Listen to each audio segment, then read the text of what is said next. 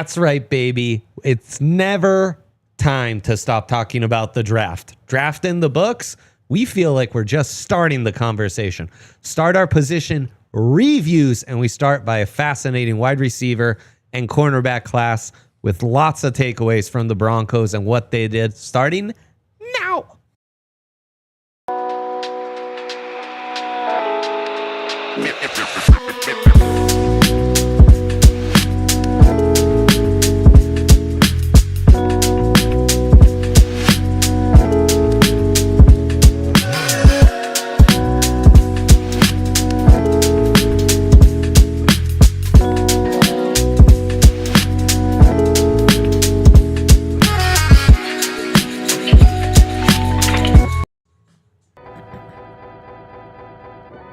DNVR Draft Pod. We are doing it, baby, live from the Toyota Lounge in downtown Denver on the corner of Colfax and York, right above the DNVR bar.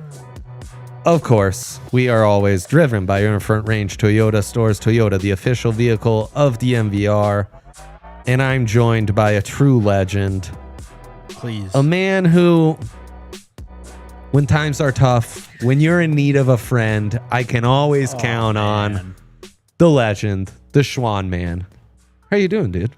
Great, bro. Yeah? Talking some ball. The off-season is off-seasoning, but yeah, it's very off. we're making our way through it. So. Great. How you doing? You're doing some great content on Buffs recruiting right now? That's the focus, yes. I love this. That's what we got. So we're taking full advantage of it. Good. We actually got some big recruiting weekends and stuff. So good. A lot going on right now. Yeah, we've got J-Mike's recovering from a playoff run with the Avs. Yep. RK's off getting married. Henry's out in Mexico doing the same.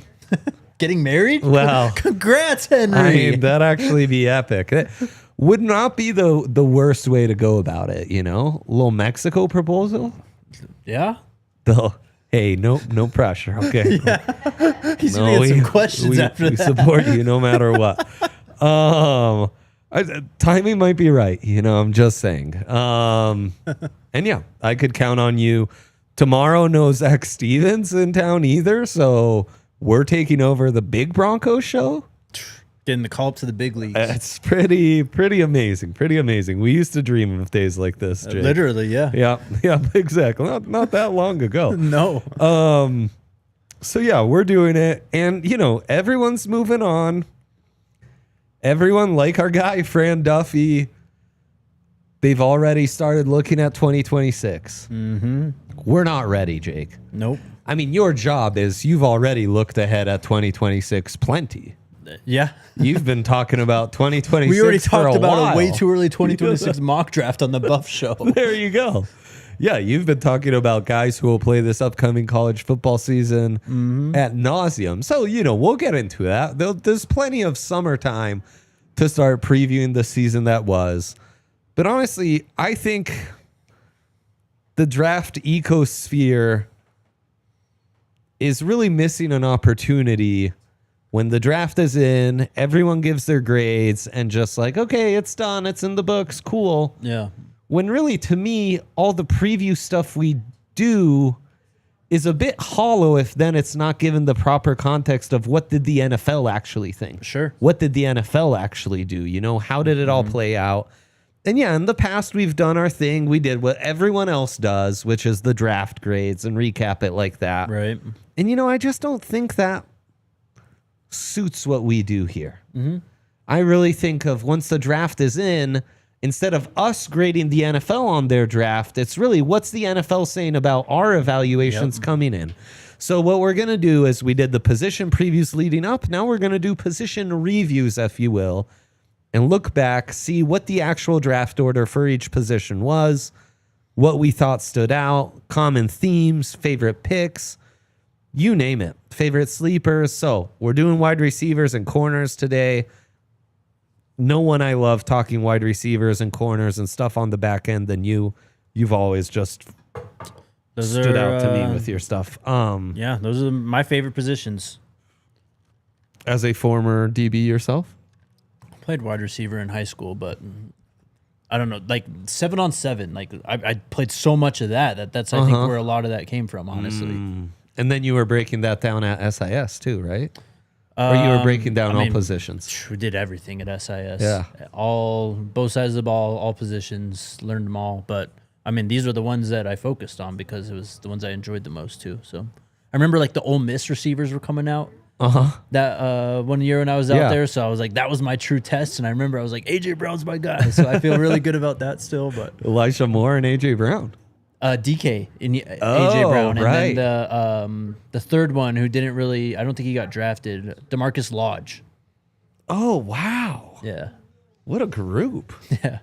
Do you want to start wide receiver or corner? Let's do wide receivers. Yeah, let's do it. So we're going to run through the top 10 at the position and then get into all of this. So as they were drafted, Teteroa McMillan is wide receiver 1. Travis.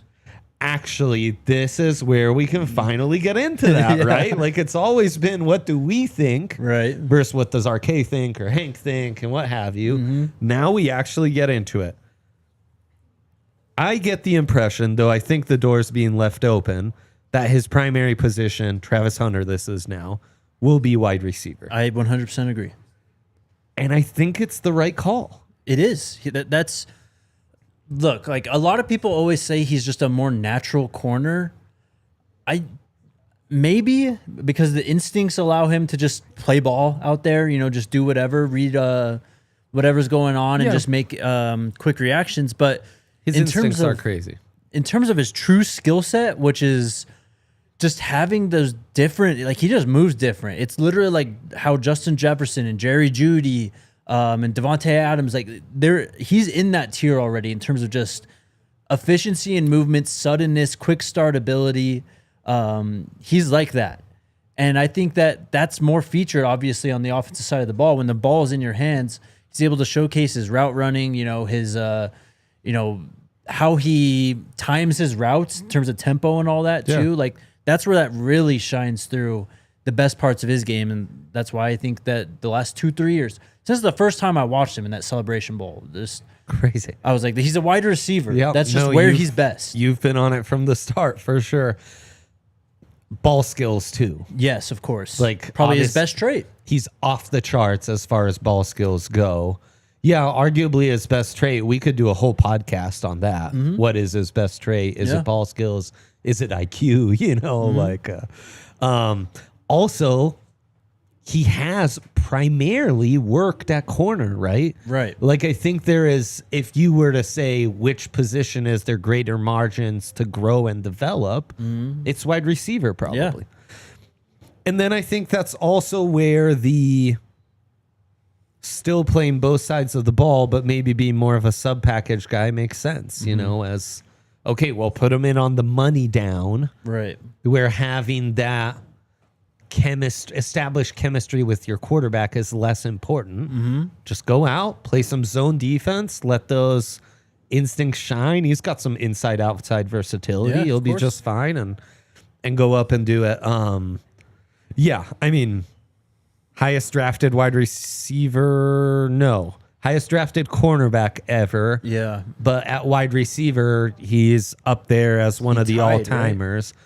Keyshawn Johnson was first overall once. That's right.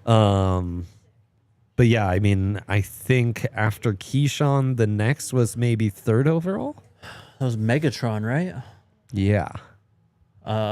Just off the top of my head. Maybe Charles Rogers, remember him? Oh, right. From the other Lions pick. One.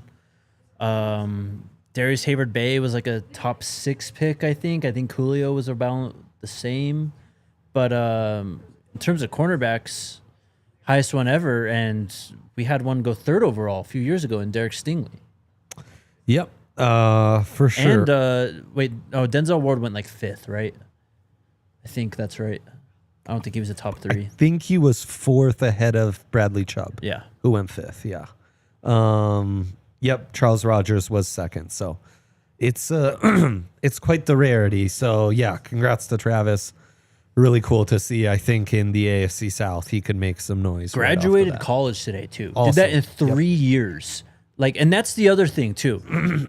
when it comes to his two-way ability, like people don't understand like how smart the guy is and how much of just like a football like bookworm he is. Like he watches film like crazy. He's going to read over both of those playbooks, I'm sure, countless hours a day trying to learn Jacksonville's offense and defense. Like, and it's literally just comes down to physicality. Can you handle it physically? Because I think mentally, in terms of how smart he is and his ability to learn and retain knowledge, he's going to be completely fine in that department. I mean, clearly his love for the game is that too. I mean, shows itself in everything he does. You mentioning physicality, though, I think plays into this, right? Like the physicality is forced onto you, and I think the cornerback position's the more physical position, right? Yes. Especially when you can be moved around a little at wide receiver and dictate those matchups a bit more. Right. I mean, there's a difference, I guess, in being the hammer and the nail, but there's also a difference when you're the hammer and you got to go up against, I mean, if you're playing in run support, pullers, like big backs, like it's different than, being tackled by, defensive backs most of the time like you would at wide receiver, obviously. And it's also a bit of like save him from himself because he obviously is so overly competitive that he kind of has to be to some extent. Yeah. So, you have two wide receivers going top 10 with Teteroa McMillan being wide receiver 2. Then Emeka Egbuka goes top 20 to the Bucks. Matthew Golden, wide receiver 4 to the Packers, breaking their long streak of no first-round wide receivers.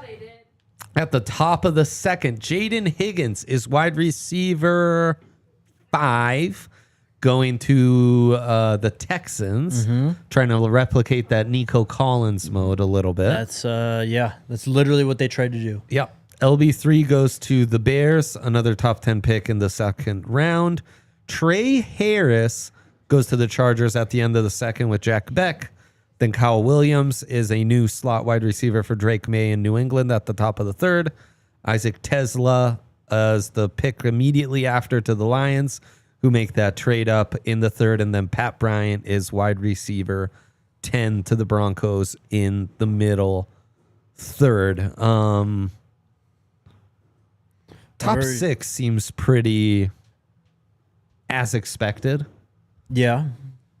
Teteroa McMillan going top 10. I feel very good about that. He was my 5th prospect and also makes a ton of sense. There was a lot of like Benny during the live shows talking about Drew Brees and how a shorter quarterback benefited from bigger wide receivers, and giving Tet to Bryce Young makes all the sense in the world.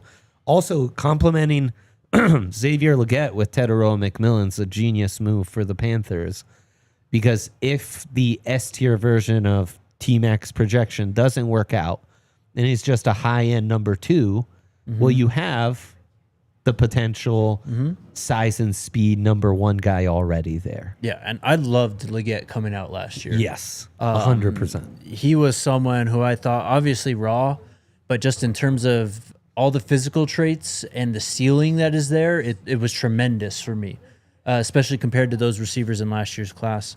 And he was the very last pick of the first round, so I mean, highly touted. Yep.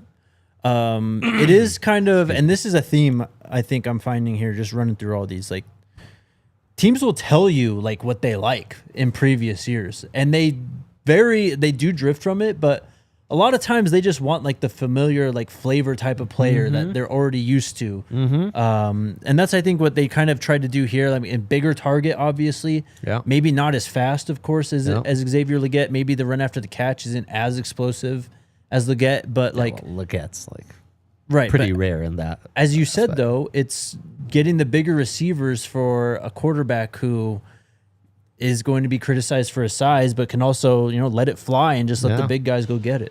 Yeah, and then that's on top of getting Jatavian Sanders, the receiving tight end out of Texas last year as well. So I really like that pick. I know that was one of our favorite picks of this entire draft. We'll get into our favorite picks and favorite sleepers, good fits, awkward fits in just a second on the other side of this break.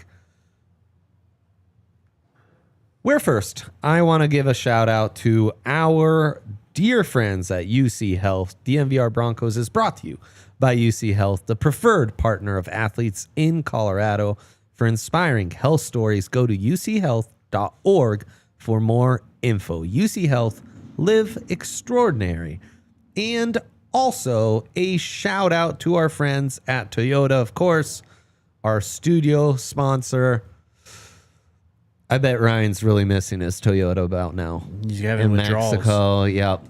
He's through like, it, man. how do we get where we need to go? You know, he's probably, you know. He 100% rented a Toyota when he was out there. You think so? Of course.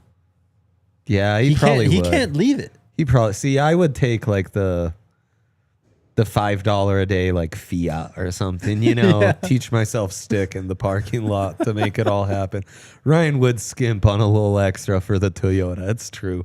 It's the perfect Colorado car. It's the perfect family car, the perfect car to get lost in the mountains. They're tremendous range of SUVs, trucks, hybrid cars, environmentally friendly cars, four-wheel drive. They've got it all. Anyone who drives a Toyota here at the DNVR swears by it, like our guy RK.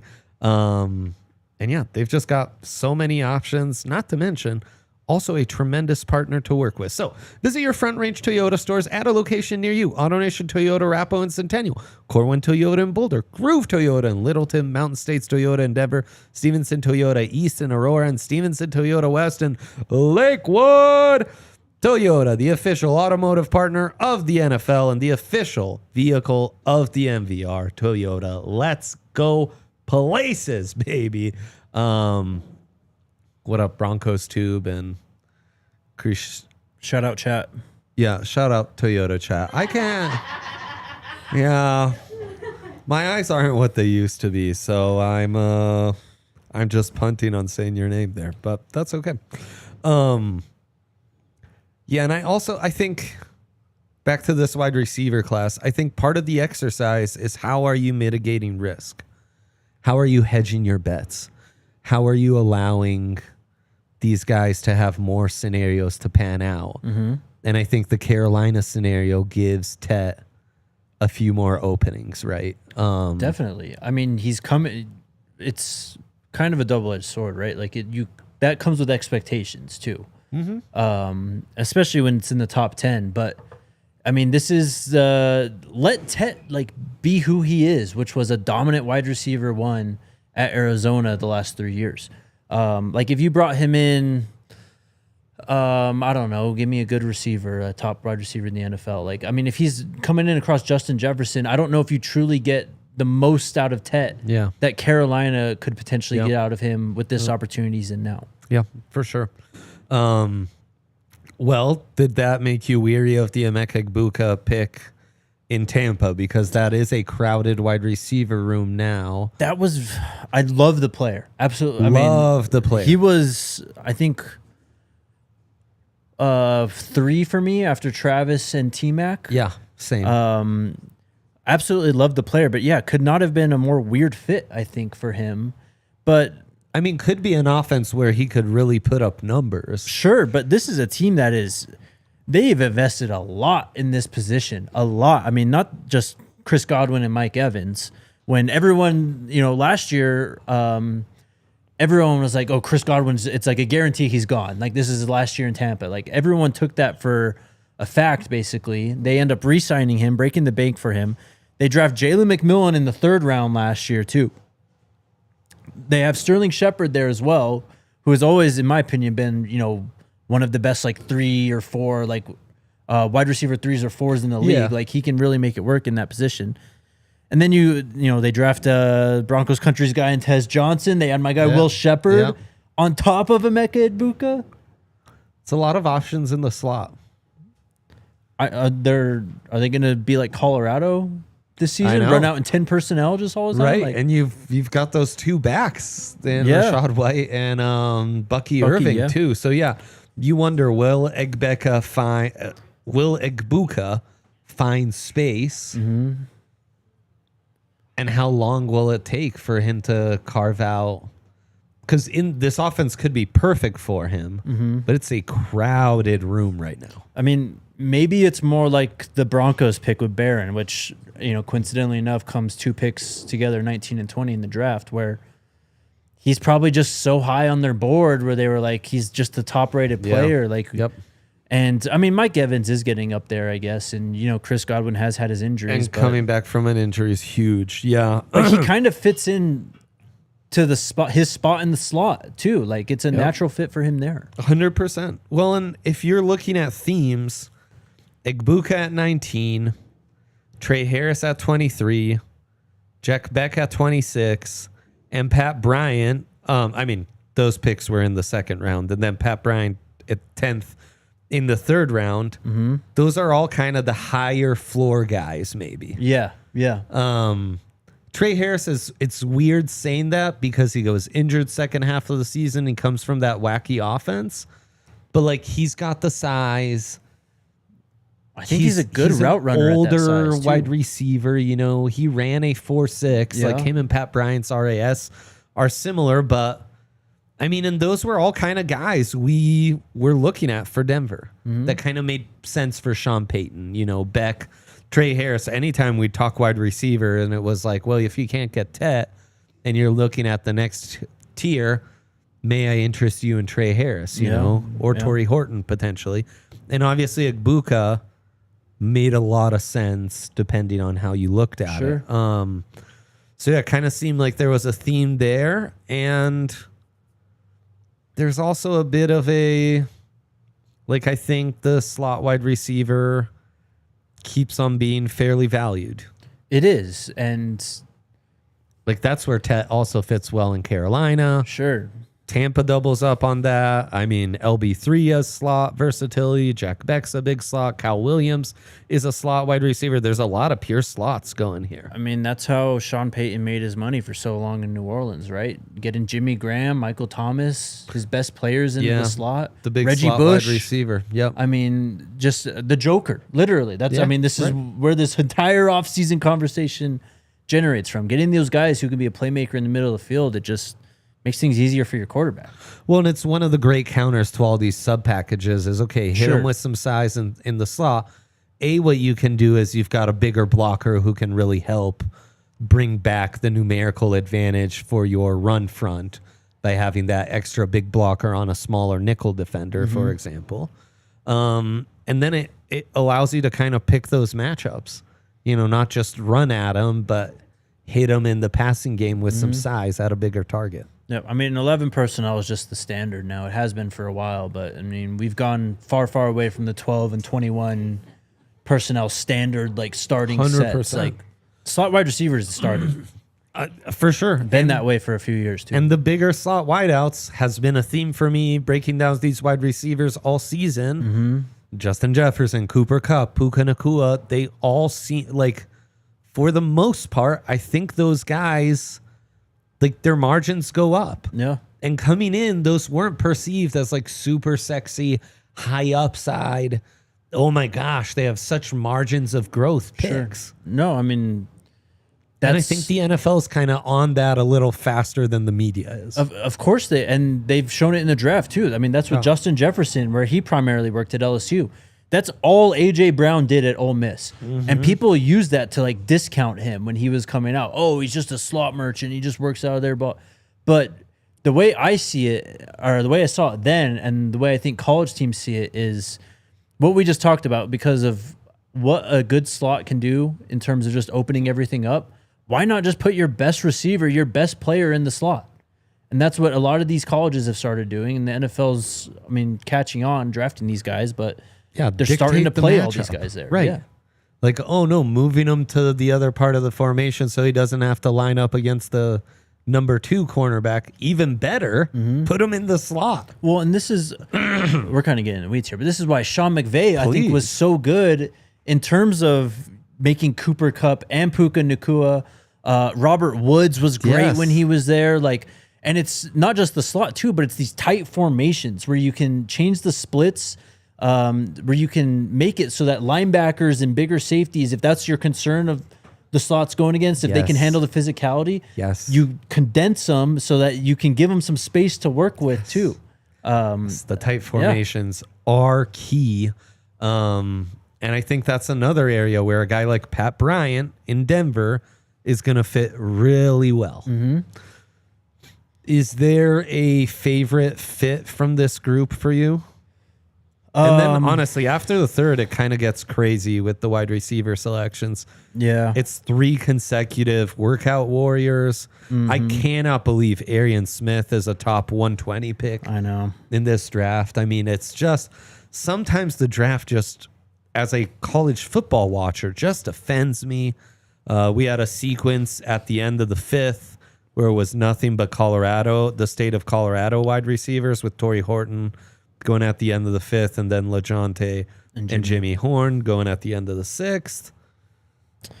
Okay, I mean, real quickly then, because I love the T-Mac pick. We've said that a few times. I think we both love that pick. We have. LeJohntay Wester is a steal for the Ravens in that 6th round area. What a great pick. But in terms of these premium guys, I really like the LB3 to Chicago pick.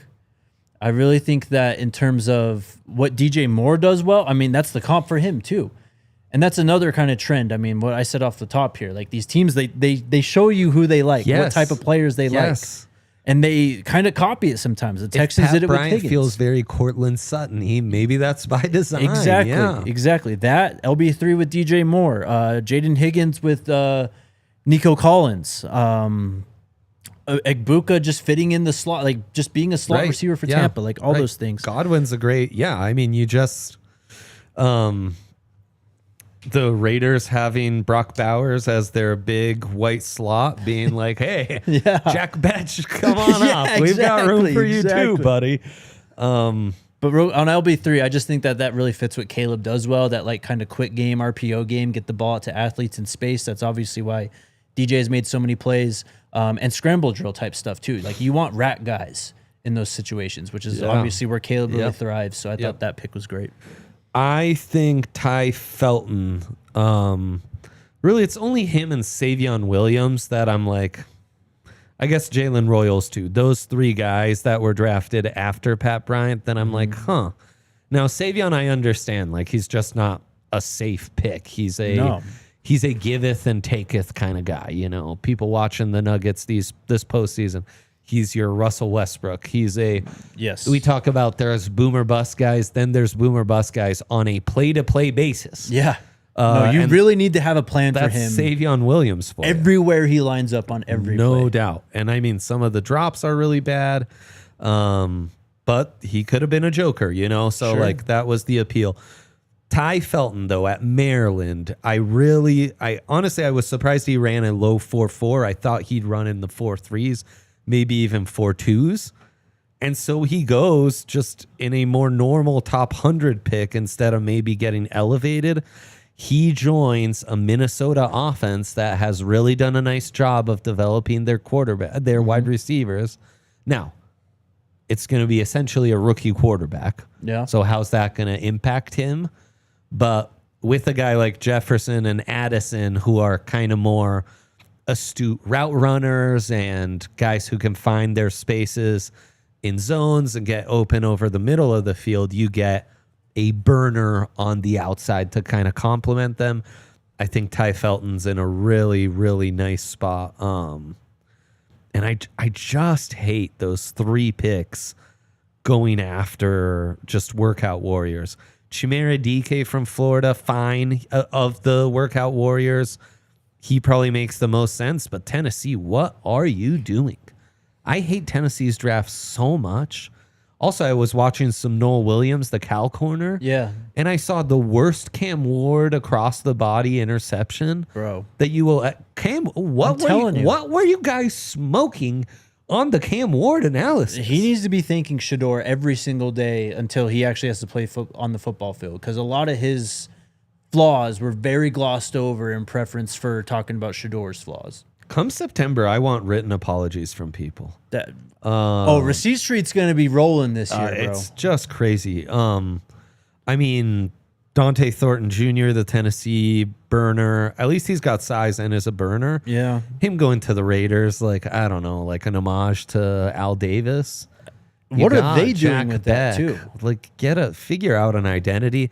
Arian Smith might be one of the worst picks of the entire draft, though. That one was crazy. Like the Jets need yeah. What? And those three Disgusting. guys going above, in my opinion, Jalen Royals and Alec Aymanor. The fact that Torrey Horton, the Colorado guys. It's crazy to me. The way that these mid rounds shook out was not how I would have imagined it going. One, but two, it's just, what are you looking for here? Because this is what the show every is. year. Teams just kind of lose their mind and like fourth or fifth round hits, and they're like, YOLO, like we don't care that there's good football players. Like let's just like, I'm trying to get crazy tonight, guys. Maybe that's what we learned from this part of the draft. Then is that some teams, when they enter the beginning of day 3. And you look at their roster, they might be like, well, we really need a gunner. You know what I mean? Like, we really need a guy to play L3 on kickoff. Yep.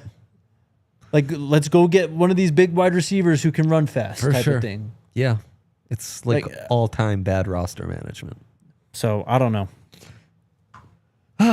Okay. There's your wide receivers for you. Hit us with some questions. We can get into it all summer long. One more thing, though. Oh, my gosh. Please. What the hell are the Pittsburgh Steelers doing?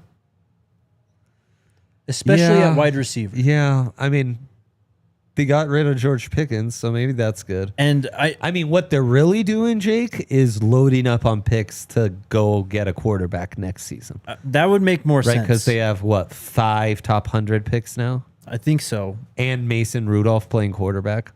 There's no better way to get a high pick in the draft than have Mason Rudolph be your starting quarterback. But I feel like the entire appeal of them drafting a quarterback in this draft was, oh, you got Pickens and DK. Like, you got 2 solid options on the outside, like for any young quarterback to thrive with. You trade one away. First off, why are you trading him away like a week and a half after the draft? You didn't try and want to get capital for this year's draft that just happened? It does seem odd. It does seem odd. So now you trade him away. You got Robert Woods, a great player, was really good in LA. I think his best days are behind him. I think we can safely say that, right? Facts. After that, we're on to Calvin Austin III, Scotty Miller, Roman Wilson, Ben Skowronek. That is their wide receiving core. And they did not draft a wide receiver. How do you not draft a wide receiver with that situation? Knowing that we're probably going to trade Pickens at some point too. I mean, their offseason plan has kind of been like punting for 2026. It's crazy to me. Are they trying to get Mike Tomlin fired? That's what I'm saying. Is like, what is the direction we're even going here? Like, because the direction they're going is 2026. But that's just so un-Steelers like. Like, this is the least Steelers thing you've ever seen. 3 head coaches in the last 40 years. Like, all they do is win. Tomlin immediately comes in, wins a Super Bowl. Like, haven't they? I think they had one recently, but didn't they have a crazy stat like no losing seasons in the Tomlin era or something like that? Tomlin's never had a losing season. So you're just gonna this guy who has dragged other rosters to like competitiveness. Can't figure it out. Yeah. It's mind blowing to me. It doesn't make any sense. It doesn't make any sense. I would agree with you on that one. Do I think the Pickens trade might be good? If he was that much of a head case with Mike Tomlin's tutelage, usually when those guys leave Mike Tomlin's side, they go off the deep end. True. In a hurry, my boy. Very true. And this is a tweet that's kind of making the rounds right now. Like, what Pittsburgh receivers have really done well outside of Pittsburgh, and it's true. I mean, besides Emmanuel, and that's it. Yeah, I know. I guess Santonio Holmes for a little bit. But. Yeah, maybe Santonio. Yeah. What blast from the past. Anyways, I'm sorry, I keep derailing us. Not at all. Okay, we'll get into corners here and Jahdae Barron and the rest of the class in just a second. But first, a shout out. Not at all. To our friends at Shady Rays. Shady Rays. I love their shades. I'm rocking Shady Rays literally every single day. I've got at least 5 pairs. Kate's got an extra pair in her car. And what I love about Shady Rays is they're great quality. They've got high quality lens. They're fashionable. They're nice. They're not made out of like cheap materials, but then the price is actually an affordable price that you can check out, and you can use our code DNVR for 35% off polarized sunglasses. So check out all their styles. Go there. I mean, I was losing them. I was breaking them. Because of that, I would like only get gas station like $5 sunglasses. And like I was there too. Basically was turning blind and just getting blasted by the sun. Those even worse is those snow days where the sun's out and the glare off the sun, like just driving in like freshly fallen snow in the day. It's nuts. Brutal. So thank you to Shady Rays for getting me taken care of. Everyone at the NVR loves them. Exclusively for our listeners, Shady Rays is giving out their best deal of the season. Head to shadyrays.com. Use our code DNVR for 35% off polarized sunglasses. Try for yourself the shades rated 5 stars by over 300,000 people. That number just keeps going up, up, up. And if the future is so bright for the Broncos, you got to wear your shades. The Nuggets, on the other hand, had me choosing chill last night. Yeah, that was rough. That's right. That's right, Alyssa. Coors Light, the Colorado beer, the silver bullet, always there by your side. When you choose chill, when you say, you know what? I'm not going to let this 40-point blowout get to me.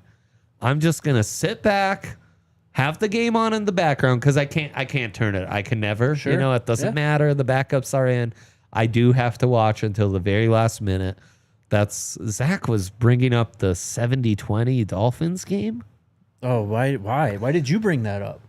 I know, it's bad. I can't shake that. It's the last game my grandpa watched of the Broncos. That, first off, that's just terrible. It's awful.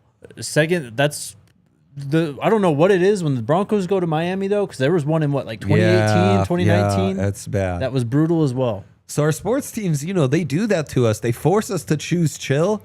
And when you're in that position, just go get yourself a silver bullet. Mountains turn blue. Refreshing, cold, cool. Goes down nice and smooth. So yeah, make the most of the times you choose to chill. Choose Coors Light. Get Coors Light delivered straight to your door. Visit CoorsLight.com/DNVR. Celebrate responsibly. Coors Brewing Company, Golden, Colorado beer. Can you say Coors Light how Ryan says Coors Light? Coors Light. That's amazing. That's amazing. What a partnership. Shout out Coors Light. I guess I just can't pronounce words anymore. We had current MLS analyst and former MLS star. Okay. He played for the national team. He played in Europe for a little while. We have him as a guest on the Rapid Spot.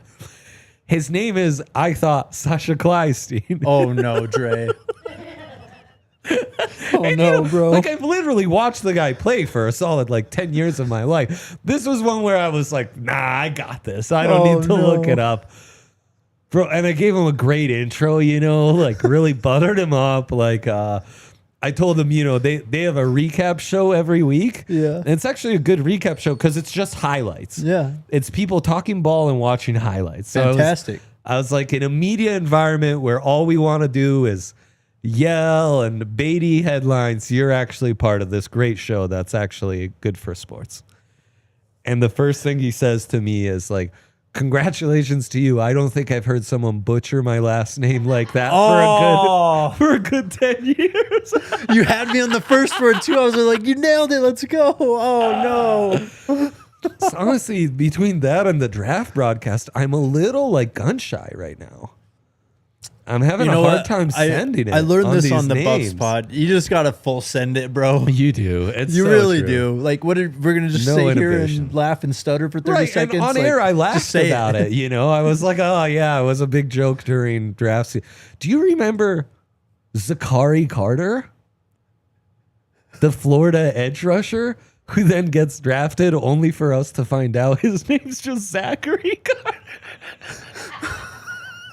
Zachary. I called him Zachary for an entire draft cycle. I mean, an entire season. Anytime Florida came up, I'd be sure to mention Zachary Carter. This was Zachary, God damn it. This was the UTSA wide receiver 2 off seasons ago too, because his name was spelled ZAH Kari, and his last name was Franklin. We were calling him Zachary Franklin, and then I think it was you actually because of this. You were like, "Are you sure it's not Zachary?" And you blew my mind. Where did he end up going? He went to Ole Miss for a bit. Oh yeah, Ole Miss. Right. He didn't play though. I don't know what happened to him. Coming up with one of these guys I was studying, probably Trey Harris. Yeah. Okay, corner. Now we get to not talk Travis. Okay. Because I think he's more moonlighting as a corner. Sure. That's also like a backup plan. Like, that's what made Travis such a safe pick, was like, if it doesn't happen for him at wide receiver, then cool. Just convert to cornerback. You'll be fine. I mean, if you're going to freak out about the two-way ability, that's on you. He was the safest, best player, a combination of the safest and the best football player in the draft. Yep, 100%. So, in the end, Jahdae Barron, look at me pronouncing that name correctly. Well done. Is the first cornerback taken, the first DB taken. Yeah. In this draft. We thought this was so low on the priority list after they signed Talanoa Hufanga. Mm-hmm. We just previewed DBs all together, safeties and corners all at once. And he was your number one DB. Mm-hmm. Tell us why. Were you surprised, unsurprised by the 20th pick, I guess? Well, first off, yeah, I was surprised. Definitely. No one expected that. Yeah. I mean, I watched him literally probably the week before when we did the DBs thing because, like you said, like I just wasn't thinking corner, and if it was, I figured it'd be a late day 2, early day 3 type of thing to try and shore up the secondary because they do have one of the best secondaries, one of the best defenses in the league. But he's just the best defensive back in this draft besides Travis in terms of playing the position, covering wide receivers. He was the best one to me. He got his hands on the football. He had production, played a long time, was a captain. Yeah. Extremely versatile in terms of where he lines up on the field, his skill set. Because when the pick came through, my initial instinct was, I wonder if he plays safety. Right. I didn't even consider him playing outside corner or nickel. I thought he was going to play safety. 100%. And the fact that he comes in and they're just like, nope, he's going to start at nickel for us. Mm-hmm. And, we'll see how it all works out. But there's with these good defensive backs, the best ones, the Charles Woodsons of the world, like they have that and they're able to make that move later in their career to best fit their team. For sure. We'll see. That's the exciting part for me is that versatility just in terms of on the field and then, the future, just the skill set he has. It just fits a lot of what you can do on defense and the creativity that you can have. Well, and it's a lot like Travis, right? If it doesn't work out, you have several backup plans with Barron. Exactly. And I had him lower rated because of size, but man, when I go through these top 100 corners, not many are bigger than him, certainly weight-wise. He measured in at 194 pounds. I didn't realize that's what Will Johnson came in at, 194 pounds. Now, there's a 2 to 3 inch difference in height between the two, and wingspan probably even more so. But for them to be the same weight tells you something. Mm-hmm. Like this guy packs a punch. He's actually similarly sized to some of the biggest corners in this class, like a Darian Porter, who, yes, is 6'3", but is only 1 pound heavier, you know? And that I didn't realize that. And he's, in fact, bigger, at least weight-wise, than a lot of these corners who were drafted. And then it's a lot of what you said, what we were talking about with the wide receivers, the NFL kind of opting for the safer guys. Yeah. That also is happening with Barron as kind of the prime candidate of that. From a DB and cornerback standpoint, is like, don't overthink the upside and like playing the high notes. It's think of someone who's going to work out in a multitude of scenarios. And it makes sense at these positions where you need 3 to 4 to 5 starters. Right. Because, I mean, Seattle, I think, kind of messed up everyone's mind when it came to the secondary, right? Dude, size wasn't a thing. It was like, look, what an idiot you are thinking size is actually a thing for cornerback. Yeah, Like, no, people used to think big cornerbacks were like lumbering and like right. slow Right. and like Seattle just happened to find a couple guys who were frankly unicorns. freaks. That's probably a better way to put it too. Like there just aren't many 6'3" cornerbacks who enter the NFL who can be as big and as physical and have the instincts and the ball skills that Richard Sherman had. Like it's just not possible. So I think a lot of people, they got caught up in the LOB, the Legion of Boom, and they just let that dictate how they saw cornerbacks and stuff for the next 10 years. It's Well, just we've like, seen the articles. Cover 3 has set the NFL back, or cover. Of course. And then the other problem is Gus Bradley being the first, but then all these Pete Carroll, Gus Bradley disciples were around the league to where it was like a third of the league is now implementing this cover Dan 3. Quinn. So they're all going after the big corners. Yep, exactly. So it's just like what I said about wide receiver, though, where it's like, you know, the slot was kind of, I guess, diminished maybe 10-ish years ago. You know what I mean? Like, it wasn't really seen as because it is a premium position now. We Certainly. It's just full stop. Secondary players should just be kind of seen like that, though. Like how I described Jahdae Barron. Like, if you can just cover, you just need to cover guys in the NFL. Like, I don't care if you play nickel. I don't care if you play corner, safety. If you can cover and you can help me lock up one of 4 or 5 potential pass catchers on a given play, like that's a winning player. Especially when you look at, you know, the Chiefs of the world, the Rams of the world, where you got all this, it's a combination of talent, quarterback, and scheme. You just got to be able to lock up. So that's how I think Barron went. I mean, he should have gone higher, obviously, but that's why I think this is such a great pick, too, is because you're kind of, you're really countering a current trend in the NFL in terms of how teams are trying to win football games. For sure. And I mean, a bazillion corners were drafted. Only 2 in the first round, if we count Travis as a wide receiver primarily. Yeah. And the second one being 30th overall. You know, so no one in the top 19. And that's Maxwell Harrison, who obviously blew up the combine. An interesting guy who the Broncos even brought in for a visit. Sean McDermott's done this now 3 times in his tenure. It worked out amazingly with Tre'Davious White. Yep. It didn't work out at all with Kaiir Elam. Did I get that right? Yep, wow, look at me. Back to the well with Maxwell Hairston. Few things here. Like Sean McDermott, I always thought of him as such a zone guy from that Ron Rivera. Yeah. But I guess that was more that Josh Norman year, where it was more cover 2 stuff. Like Rivera, really, because then I was thinking, Rivera's a John Fox disciple. Rivera's a Del Rio type of guy. Like it's a big 3-4 with like kind of mixing and matching you. And so they have prioritized corner. They have prioritized man corner. Hairston, really intriguing. You watch the good highlights, you think he's a superstar. You watch the bad highlights and you're like, wow, I don't know that I would even mess with drafting him. He is undersized, 5'11", 183, you know. And I think that shows up. Like he loses more than I would like to see from a lockdown corner. He giveth and he taketh.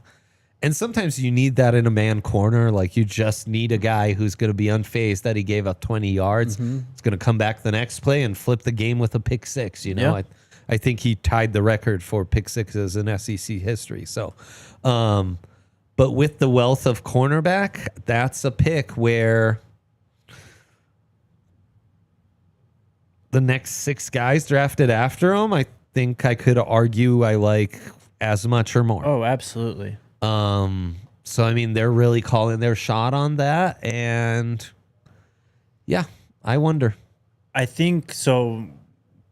Even my take like on Barron and all that pre-draft and all, I think it simply boils down to what I was saying, cover skills, but even simpler than that, it's just how sticky are you? How good are your feet? How good's your back pedal? Can you transition?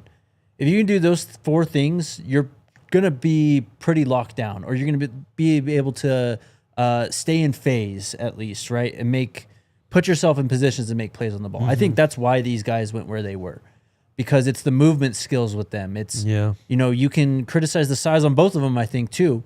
But it's again, you just got to lock up, especially a team like Buffalo where you have a pretty good front.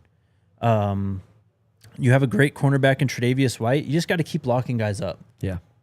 Yeah, and I mean, the longer you can keep guys occupied, the bigger that's going to be for you, you know?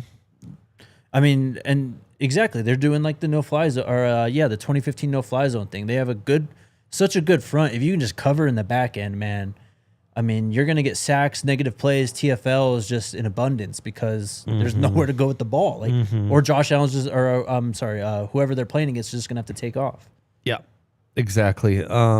We do have a good question here from Cristiano Rodin asking, guys, could you please elaborate on your views Jahdae Barron's wingspan and his ability or inability to play outside better than Moss? All right. Do you have a wingspan number for me? I have a wingspan number, so it's 7'3", 4'8". All right, I'm trying to pull up. And his arm length was under 30 inches, but I think wingspan is more telling. So he's not as undersized as like a Billy Bowman or a Jabbar Muhammad or a Mac Williams. Fairly similar to some of these guys drafted. So Riley Moss has I don't have a wingspan, but he has 30-inch arms. So it's pretty comparable. Very comparable.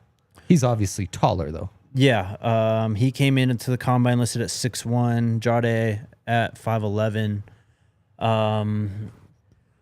I wish I could answer that question, honestly. I think it's a great question.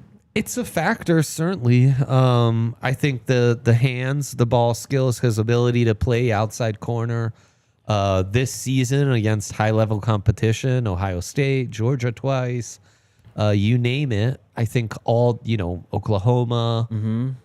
I think that all plays. I mean, it's one of many data points, right? Like he certainly is undersized. I think that's the part of like his ability to play in press that maybe you question more, is like his ability to use his length to jam guys up.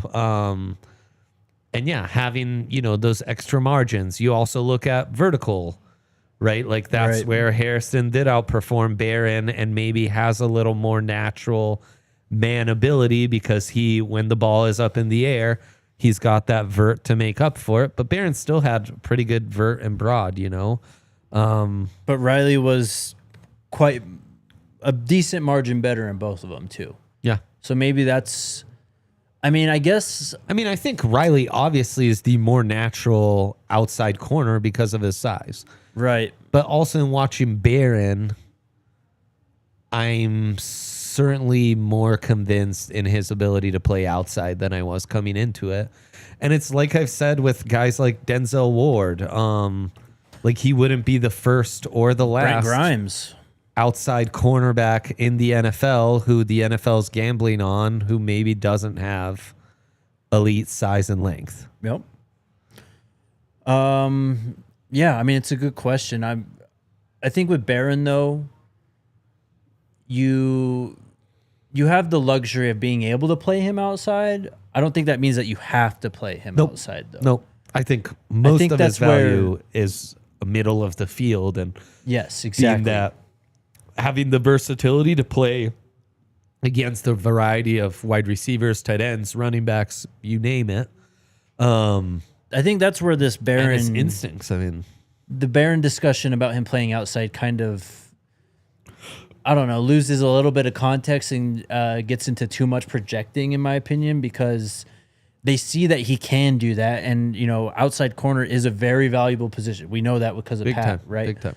And you want to have lockdown guys there. But again, it's kind of like wide receiver with the slot thing. Like if you just get guys that can cover and you start filling up those 5 spots in the back end, no matter if it's safety, nickel, or outside, you're just going to be better for it.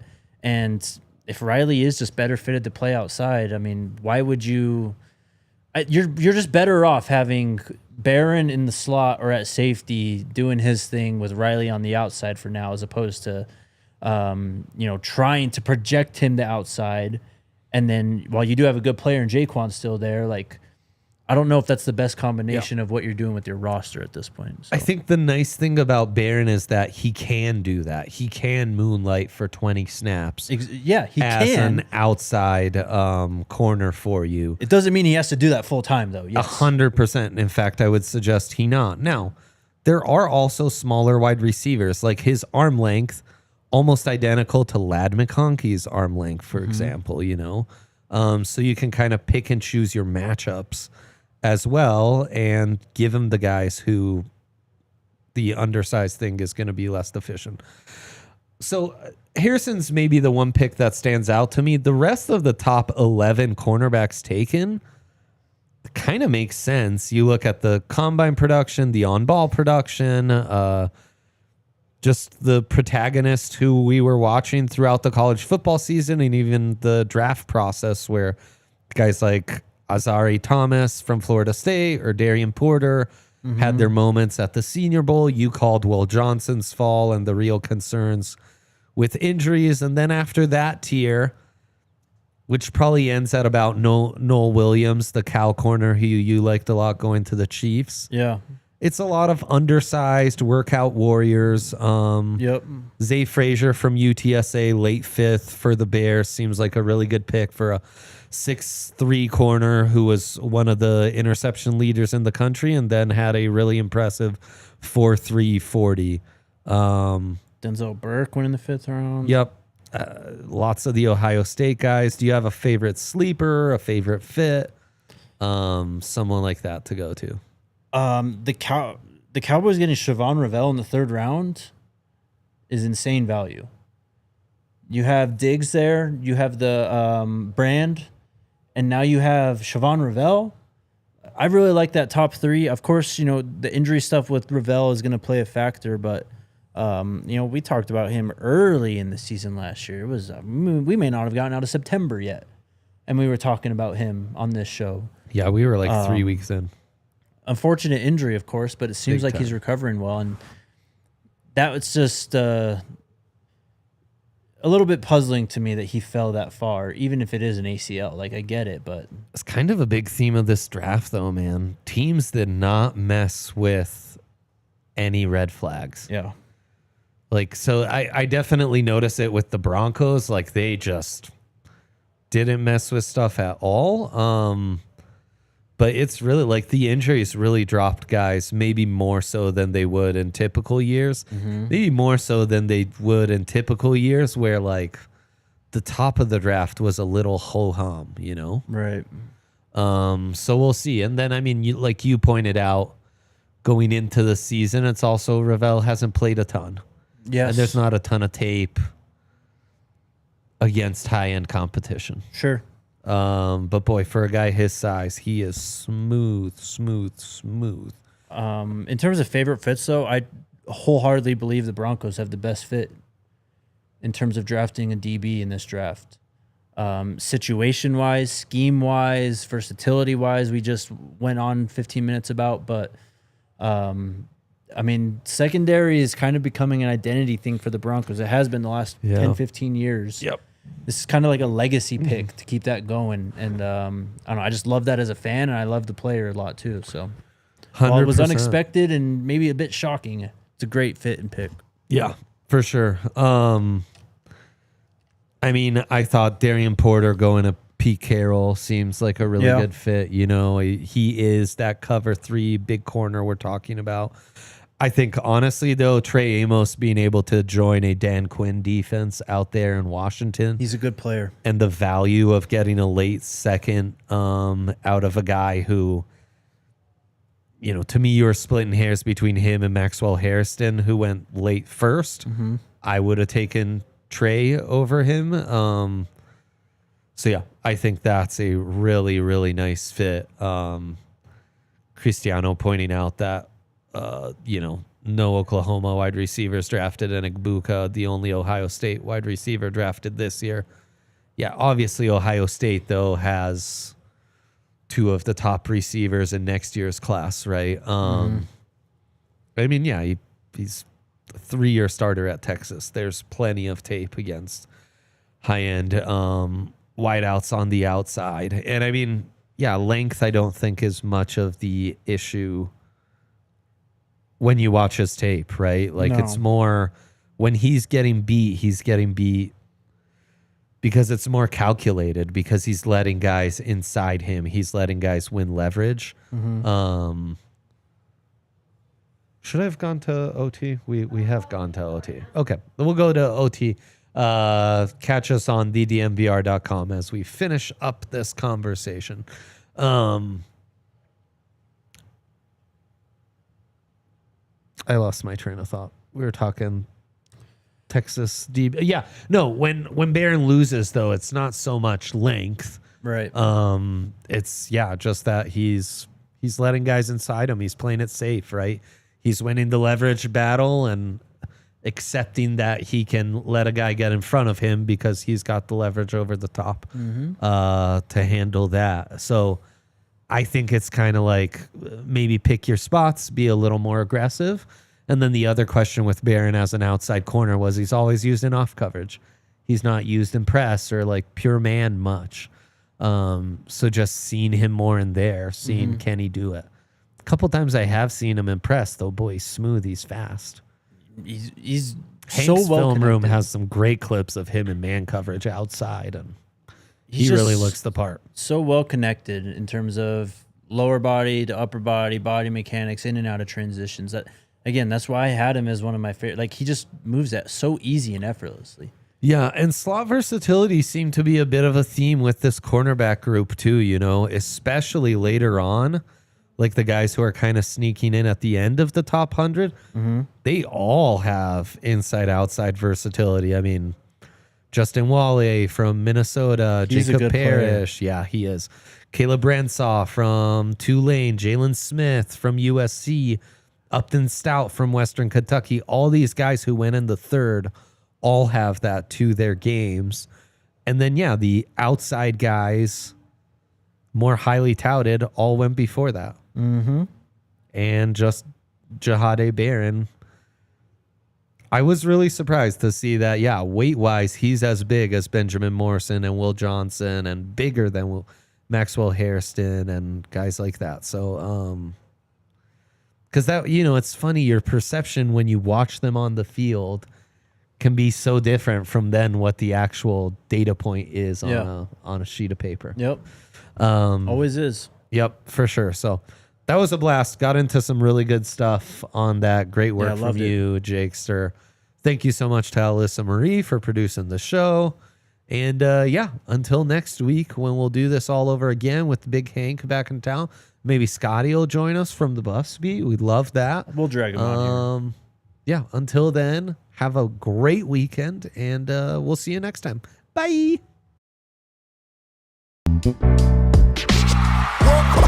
We all silly like the mayor.